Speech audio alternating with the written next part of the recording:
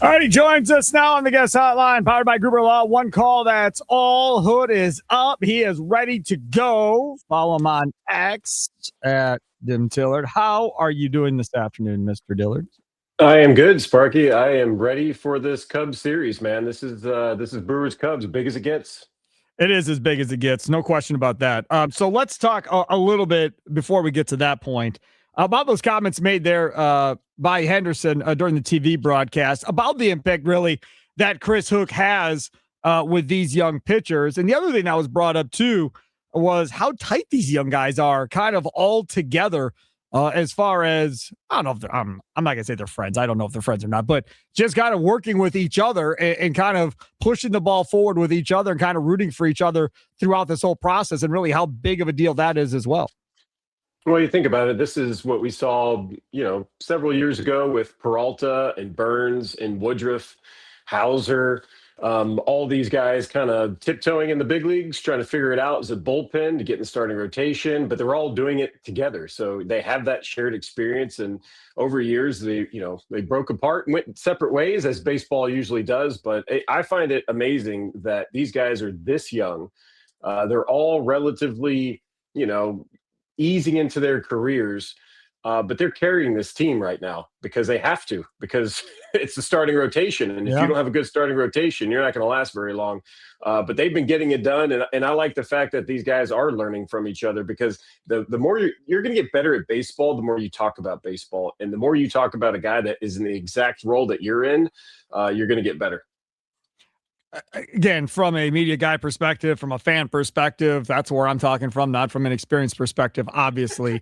when I see a starting pitcher work out of multiple jams like Henderson did the other night, to me, that was super impressive. I mean, like you talked about, yes, he's young and all of that, but not getting rattled, just continuing to work and get through it, and then escape, again, multiple times. That was really impressive from my standpoint watching him pitch. Yeah, well, number one, Henderson's really good at his interviews. I thought his interview was fantastic. Rock asked him a question on air, said, you had a lot of traffic, but you kept your composure and you kept that heart rate down. And he goes, well, I'm glad I could hide it so well. Right. Because like he doesn't know that there's constantly guys on base, but it is a skill to be able to juggle what a hitter's trying to do, what runners are trying to do in certain situations with guys on base. We've seen Chad Patrick do really well at that. It's a hard thing. It's like coming out of the bullpen with guys on base. That's a hard situation. And there's guys that excel at it, and there's guys that can't do it. And not every game is going to be like that for him or any of these young starters. You're going to have games where you feel like you have no base runners. And then you're going to have other games where you feel like you got two guys on every base. It's just the way baseball is sometimes. But for them to be able to navigate through it, it shows the maturity level, because you got to know what hitters are going to be super aggressive in certain situations, where you're going to use your defense, where they're going to try to put a ball based on the situation, based on the score, and based on what the defense is doing. And I thought he did a great job of that the other night. The other story of that game Saturday night was Chad Patrick, obviously. I mean, giving Pat Murphy the ability to have two pitchers in that game and not having to use two or three relievers out of the bullpen behind Henderson really helps to save that bullpen a little bit ahead of this upcoming series here in Wrigley Field starting tonight, without an off day on Monday, where maybe you could have used more bullpen guys Saturday night and Sunday because you knew you had an off day coming. That really helped. I know they had Uribe up, but they never had to bring him in there in that ninth inning. Talk about Chad Patrick and kind of his ability, I guess, to transition from being that starting pitcher to now just being this lockdown dude that's coming out of the bullpen, being able to throw 2, 3, 4 innings if need be. Yeah, I mean, definitely saves the bullpen, of course. And I still think he's going to be a starter. I think he's got the starter stuff. He's got the makeup for it. I think right now he's needed in the bullpen because they want those bulk guys. They want to win games, but at the same time, they're relying on 24-year-olds. Yep. And you don't want these guys having to get shellacked. Like say sometimes you get crushed in the first couple of innings and you're down by 7 runs. Then what do? You got to bring in people, and you don't want to waste your back end bullpen. So you got to have these long guys, because if you leave a guy out there too long and he gets, kicked around, that's going to hurt some confidence. So what they're trying to do, I think, is they're trying to keep these guys with a parachute. If you're pitching, you're doing well. Hey, we got a guy right behind you. That's if you're not doing well. And I like that. I like the fact that you can go out there and have a little freedom there rather than, oh no, everything relies on me. It's going to make or break with what I do. And you're kind of pitching on eggshells a little bit. This is that extra little bit that says, okay, you go pitch your game, and if it doesn't work out, we're going to bring in a long guy. And sometimes that's what you need for a pitching staff. This bullpen right now. This is from Jake McKibben on X. The Brewers quartet of Aaron Ashby, former starter, Shane Drowan, former starter, Chad Patrick, former starter, and DL Hall, previous to coming here, former starter, all long relief arms have combined in the last 14 days, so 2 weeks, 29 and a third innings, 0.92 ERA, 32.3% strikeout rate, and a sub 27% hard hit rate. That is crazy type of numbers. And all four of those guys are interchangeable. You could use them whenever you like. Like, I don't think Ashby's any different if you use them in the middle of the game than more towards the end of the game. Same with all four of those guys. That is a quartet that I would say, 95%, maybe bigger than that in Major League Baseball, cannot run out there right now. Well, I think all of them have had starts this year. I may be mistaken, but they may all have. Did DL Hall start? DL Hall hasn't. I don't know. I felt like he was an opener one game. Maybe not. Oh, yeah, maybe. Maybe right. Yep. Well, I the ability to do that, number one, is very tough. It's easier to go from the bullpen to a starting spot, but for as far as the mindset. But going from like a starter to reliever sometimes can take time. But these guys, knowing that they're okay throwing one batter, two batters, or if they're going to throw 3 to 4 innings. Pretty remarkable, actually. That's why you don't see it a lot across baseball.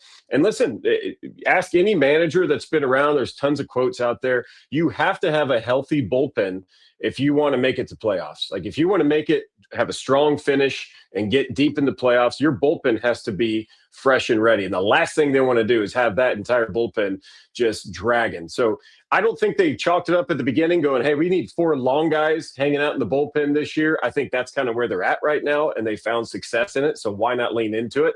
Not every starter is going to need a bulk guy behind him. Not every game is going to need that. But when you can save some of those, the Uribe, McGill type guys at the back of the bullpen, if you can save them a day or two, you're going to pay dividends late in the season. And I think that's what they're doing. You got to win tonight, but at the same time, keep an eye on the future because I think that's what they want. They want a healthy bullpen down the stretch and at the same time, keeping that confidence with those young starters. Talking with Tim Dillard, Brewers TV analyst. Follow him on X at Dim Tillard. He joins us here on Wisconsin Sports Daily. Steve Sparky Pfeiffer with you. You got a team like the Mariners right now. They're rolling with a 6-man rotation out there in Seattle. By all accord, that Pat Murphy and the Brewers are rolling with a 4-man rotation and rotating guys up from Nashville and any other areas of walk of life they can find somebody to put in there and seemingly have success with whoever they call up. I mean, Coleman Crow comes up for his second start, and you're like, wow, his first start was pretty good. Only gave up a couple of runs and outdoes that start in his second start with the Brewers. So that was really good. Then everybody was amped up like, okay, well, here comes Robert Gasser. He'll just do just as good as Coleman Crow.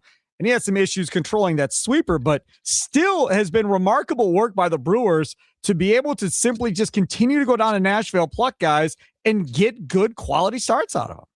I mean, I would even say the outings by Carlos Rodriguez when he came up, he has looked amazing. So I think what you're seeing is the Brewers have stockpiled potential starters. Now, what they're going to do with them, who knows?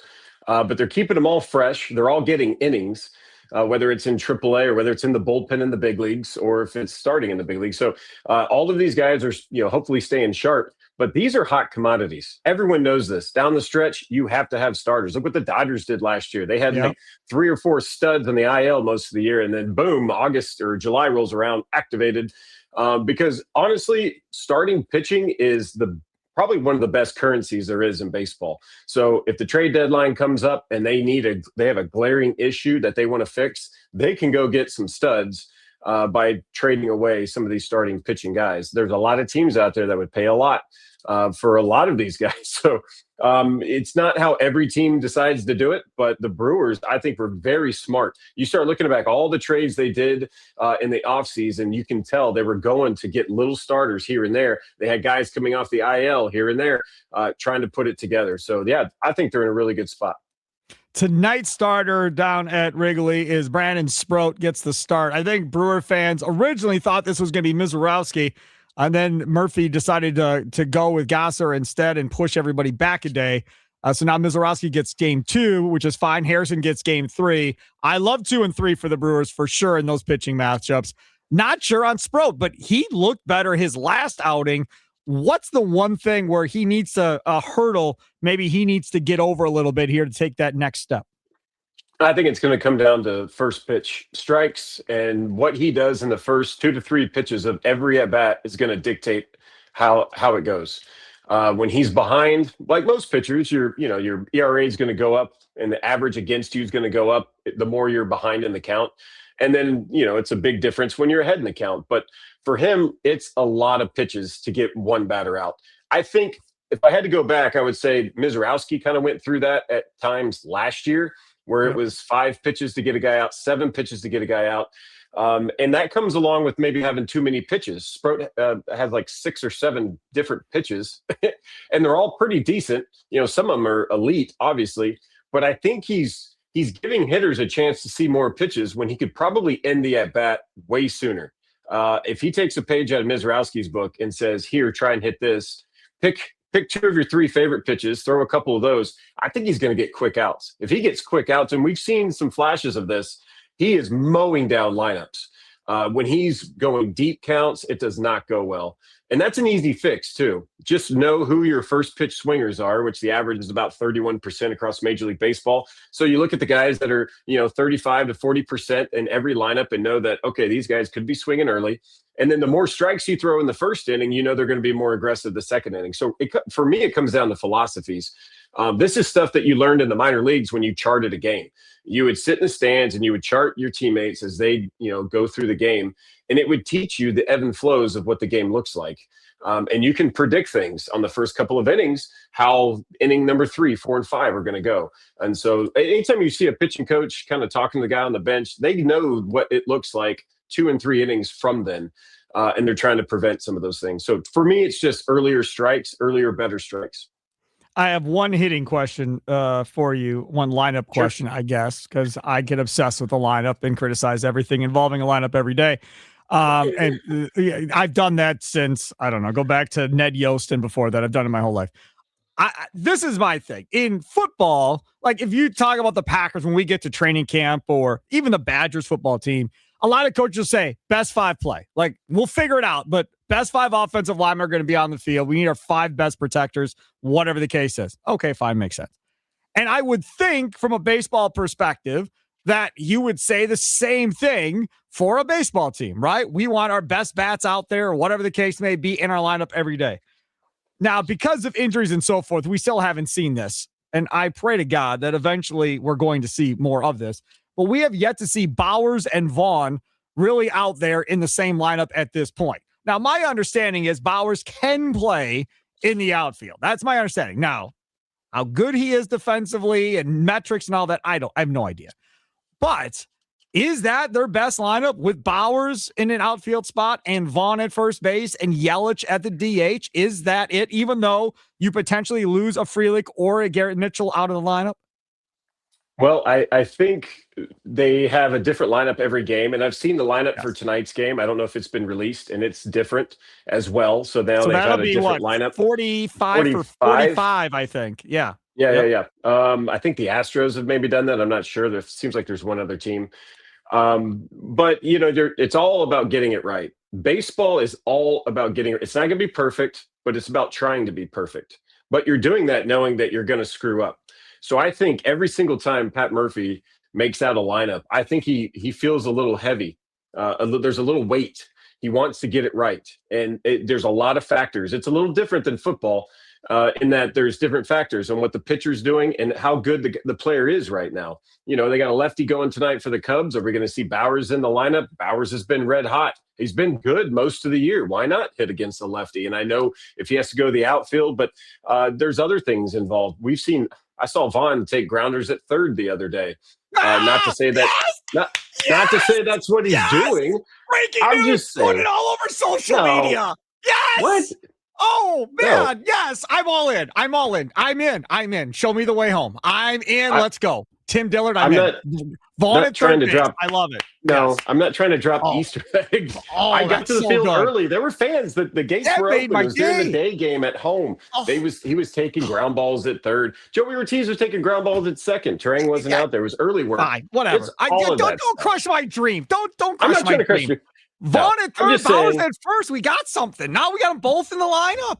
I think last year, a couple years ago, I told you Rhys Hoskins was taking grounders at short. You did not get this excited. No, but Vaughn played third for the White Sox. It was like 2 games, but he played there at the major league level. So that's some background to him there. Yes. I don't think he's playing third today. Come on, don't do this.